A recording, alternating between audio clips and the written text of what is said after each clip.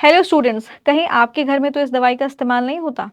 अगर होता है तो इसका इस्तेमाल करना अभी बंद कर दीजिए, क्योंकि सरकार ने इसके आगे उपयोग पर प्रतिबंध लगा दिया है। अब आखिरकार ये दवाई कौन-सी है जिसको ना अब बनाया जाएगा और ना ही इसको आगे बेचा जाएगा और ना ही इसको आगे फर्दर डिस्ट्रीब्यूट किया जाएगा, और बिना किसी ऑथराइज़्ड डॉक्टर के प्रिस्क्रिप्शन के भी ये दवाई नहीं मिलेगी। अब दवाई है कौन-सी जिस पर अभी बैन लगा है? तो दवाई का नाम है निमेसुलाइड, जो नाम की एक मेडिसिन्स है, इसके ऊपर पूरे तरीके से प्रतिबंध लगा दिया गया है। और किस पर? जो 100 mg से ज़्यादा की जो दवाई है, यानी ऐसी दवाई ओरल टैबलेट्स, ओरल का मतलब होगा जो टैबलेट के रूप में दी जाती है, उस पर पूरे तरीके से प्रतिबंध लगा दिया गया है। लेकिन 100 mg से नीचे जो है आप इसको कंज्यूम कर सकते हैं। अब सरकार ने इस पे प्रतिबंध क्यों लगाया है, इसके पीछे का रीज़न क्या है, आइए ज़रा समझते हैं। सबसे पहले तो हमको ये जानना होगा कि ये जो दवाई है ये आखिरकार काम क्या करती है, इस दवाई का मुख्य कार्य क्या होता है। देखिए, निमेसुलाइड की अगर मैं बात करूँ तो ये एक तरीके से non steroid anti inflammatory drugs है। यानी ये एक तरीके से आपकी बॉडी में अगर आपको पेन हो रहा है, बुखार हो रहा है, या कहीं पर बॉडी में किसी ऑर्गन पर स्वेलिंग हो रही है, सूजन हो रही है, तो उस दौरान ये दवाई जो है डॉक्टर्स के द्वारा प्रिस्क्राइब की जाती थी। तो मसल पेन में खासकर इस दवाई को दिया जाता था। जैसे किसी को अगर अर्थराइटिस हो गया है, गठिया हो गया है, तो बड़ा भयंकर दर्द होता है, तो दर्द निवारक के रूप में, पेन किलर के रूप में इस दवाई का यूज़ करते थे। इवन जो फीमेल्स होती है, मेंस्ट्रुएशनल क्रैम्प्स, यानी जब मासिक धर्म शुरू होता है तो पीरियड साइकिल के दौरान भी बहुत ज़्यादा मस्कुलर पेन होता है, तो वहाँ पर भी इस मेडिसिन को दिया जाता था। डेंटल पेन, अगर आपने कभी आरसीटी कराई होगी तो डेंटल पेन से निजात दिलाने के लिए डॉक्टर इस दवाई का उपयोग करते हैं। साथ में अगर मसल दर्द हो रहा है तो उस दौरान जो है ये दवाई दी जाती है। लेकिन अगर इस दवाई का हम सेवन बहुत ज़्यादा करेंगे तो ये हमारे लिवर को जो है नुकसान पहुंचा सकती है, हमारे लिवर को प्रभावित करती है। ये चीज़ आपको ध्यान में रखना है। और अगर देखा जाए तो दुनिया के बहुत सारे ऐसे देश हैं जहाँ पर इस दवाई को पूरे तरीके से इसके ऊपर प्रतिबंध लगा रखा है, और बच्चों को तो ये दवाई खासकर बिल्कुल भी नहीं देनी चाहिए। ये यहाँ पर स्पेशली ये जो दवाई का जो नुकसान है वो यही है कि ये लिवर और किडनी को खराब करती है। अब हाल ही में लिवर और किडनी से रिलेटेड बहुत ज़्यादा मामले सामने आ रहे थे, जिसको देखते हुए सरकार ने इसके ऊपर प्रतिबंध लगाया। 2012 में भी जो मामले थे वो सेम एज इट इज़, यही सिम्टम्स बहुत ज़्यादा लोगों में देखे जा रहे थे। तब क्या था कि 12 साल से कम उम्र के बच्चों को इस दवाई को प्रिस्क्राइब नहीं किया जा सकता था, इस तरीके का नियम आया था। अब होता यह है कि इस दवाई को हमेशा बोला जाता है कि भाई जब भी आप कभी ये दवाई लें तो खाना खाने के साथ, और मतलब विद फूड ये दवाई ली जानी चाहिए। और इस दवाई को जब आप खा रहे हैं तो अवॉइड करना चाहिए अल्कोहल, शराब का सेवन ना करें, क्योंकि ऐसे में क्या होता है, हार्ट, किडनी और लिवर पर इम्पैक्ट पड़ सकता है।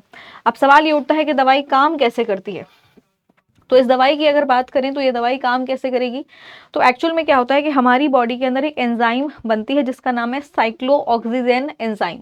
ये एंजाइम क्या करती है, ये हमारी एंजाइम जो होगी, प्रोस्टेलियन जो ग्लैंड है, जिसकी वजह से बुखार आता है, जिसकी वजह से फीवर आता है, जिसकी वजह से बॉडी में इन्फ्लेमेशन आता है, ये उसको रोक देती है। ठीक है, इसका काम क्या होगा, उस एंजाइम को बनने से रोक देना, ताकि आपकी बॉडी में आपको पेन फील ना हो, आपकी बॉडी में आपको दर्द महसूस ना हो, बुखार ना आए, इन्फ्लेमेशन ना आए। तो आप जान सकते हैं कि भाई ये दवाई जो है कहीं ना कहीं आपके बॉडी के एक इम्पॉर्टेंट जो फंक्शन है उसको हैम्पर कर रही है। कुछ समय के लिए आपको इससे रिलीफ मिलता है, ऐसा नहीं कि आपने दवाई खा ली तो फिर दर्द बिल्कुल महसूस होगा ही नहीं। 2-3 घंटे के लिए आपको आराम आ जाएगा, फिर दोबारा आपको इसकी दोबारा से डोज लेनी पड़ेगी। अब ज़्यादा अगर इस दवाई का सेवन किया जाता है तो इसमें क्या होगा, डायरिया हो सकता है, उल्टी आना, जी मचलना। इसके अलावा लिवर के अंदर जो ये एंजाइम बन रही है वो एंजाइम बहुत ज़्यादा बनेगी। कुछ कुछ केसेस में तो ये भी पाया गया है कि लिवर डैमेज हो सकता है, जिसकी वजह से बहुत ज़्यादा दिक्कतें होती हैं। और जनरली इसमें ख़ास तौर पर कहा गया है कि भाई ये दवाई आपको खाना या फिर जो दूध है उसके साथ ही लेनी है, और बिना किसी डॉक्टर के प्रिस्क्रिप्शन के दवाई नहीं खानी चाहिए। ठीक है, तो यहाँ पर ये पूरा मामला था जिस वजह से इस दवाई को यहाँ पर बैन कर दिया गया है। अब सरकार ने इस दवाई को जो बैन किया है वो किस एक्ट के तहत बैन किया है, तो आपके पेपर में एक्ट से रिलेटेड सवाल आ सकता है कि किस एक्ट के तहत इसको बैन किया गया है। देखिए, ये दवाई जो है, मैं फिर से आपको बता दूं, आप जब भी कोई पेन किलर लेने जा रहे हैं वहाँ पर ज़रूर देख लीजिएगा क्या ये सॉल्ट तो नहीं है उस दवाई के अंदर। 100 mg से ज़्यादा की जो दवाई है उस पर पूरे तरीके से बैन लगाया गया है और ये दवाई बच्चों को तो बिल्कुल भी नहीं दी जाती है, ठीक है। तो ministry of health and family welfare ने एक गजेटेड नोटिफिकेशन के तहत बताया है कि भाई पूरे तरीके से दवाई को बैन किया जा रहा है। तो ड्रग टेक्निकल एडवाइजरी बोर्ड के साथ मतलब डिस्कशन के बाद इसको बंद किया गया है। Section 26A drug and cosmetic act 1940, ये एक्ट ज़रूर याद रखिएगा क्योंकि इस अधिनियम के तहत ही इसको क्या किया गया है, बैन किया गया है। तो ओरल फॉर्मुलेशन यानी जो टैबलेट्स मिलती हैं उनको पूरे तरीके से बैन यहाँ पर कर दिया गया है। तो एक इम्पॉर्टेंट इन्फॉर्मेशन थी। तो अगर आप इस दवाई का सेवन कर रहे हैं तो कृपया करके इस दवाई का सेवन करना बंद कर दीजिए, नहीं तो ये आपके लिवर और आपकी किडनी को बुरे तरीके से प्रभावित कर सकती है।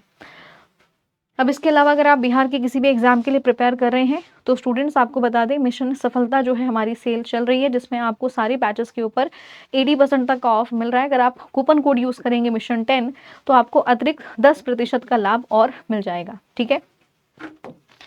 तो ऐसी जानकारी के लिए चैनल के साथ जुड़े रहिए। थैंक यू सो मच और मुलाकात होगी आपसे अगले सेशन में जहाँ पर ऐसी ही कुछ इंपॉर्टेंट जानकारी के बारे में हम लोग यहाँ पर डिस्कस करेंगे। तो thank you so much, bye bye and take care.